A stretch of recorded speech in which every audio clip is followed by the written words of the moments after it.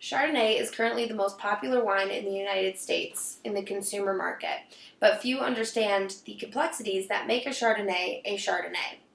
Ever since I was a little girl, my dad has been buying and storing wines and teaching me about it along the way, and his passion for wine has rubbed off on me. Today, I would be teaching you about Chardonnay and the differences that make each profile of a Chardonnay different and exciting.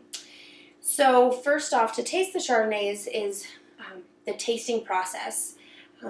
It's actually rather complex, and it consists of three major steps. Number one is the smell.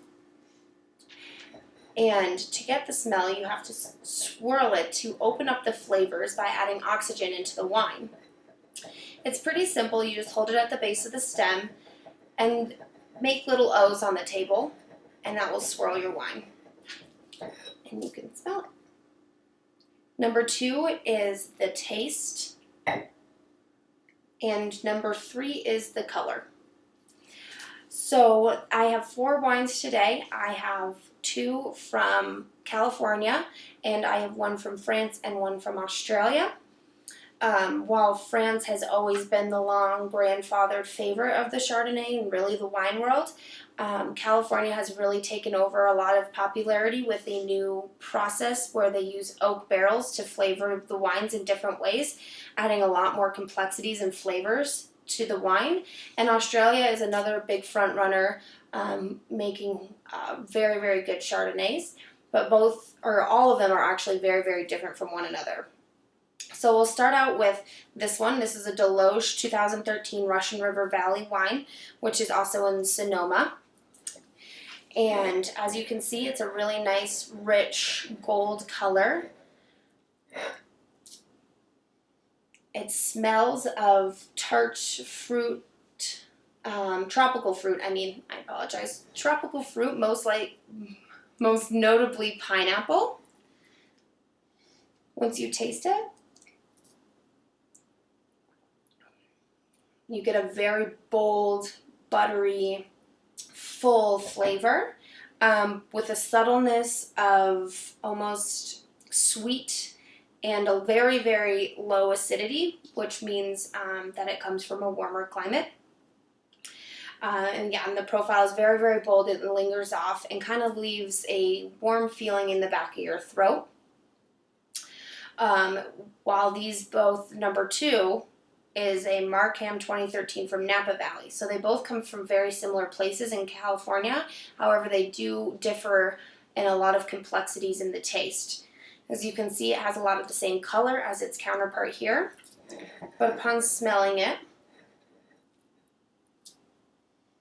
you get that same tropical flavor with a little hint of like this bright lemony burst of smell. When you taste it, it's a little bit softer, but it's still bold. It just doesn't pack that immediate punch that the Deloche does.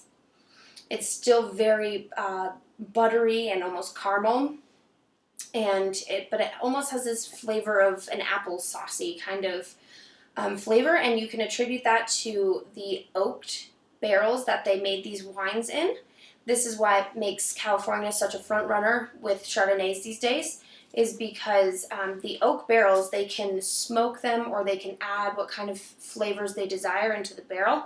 And when they ferment the wine in there, the Chardonnay grapes really encapsulate that flavor. So that's what makes them distinguishable from one another. So now we'll move on to France, where very, very traditional methods and how they prepare wine and how they make it. So they do not use the wooden barrels, so one would say it's unoaked. You can see the color is still really a rich gold, more so just from its aging. It's a 2012. This is a Lalande 2012 from southwest France. As Chardonnays age, they do get darker and richer in color, so I think that's where it really gets that color from. Upon smelling it, you get a lot more of a florally, earthy smell.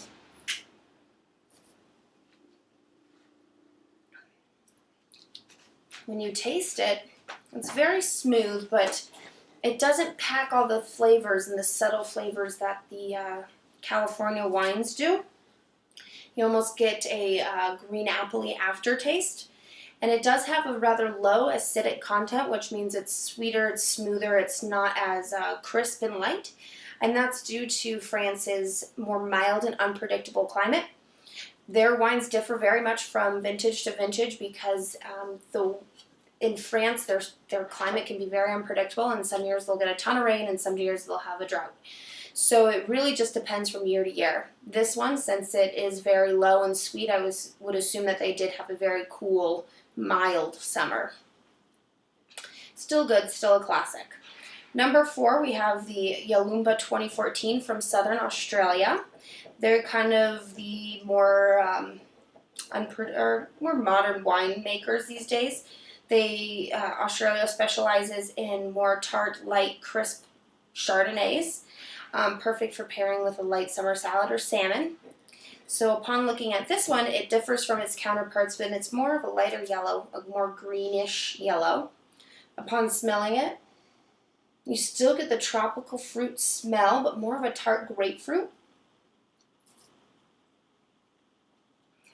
Upon tasting it, it's very tart, crisp, light, a little bit of lemon, and that you can all attribute to the lighter, warm climate there. They have a very consistent warm summer. And that high acidity from that climate kind of leaves your tongue a little dry, where you almost feel like you need to drink more. It has that kind of profile where it's a little tartar on the tongue.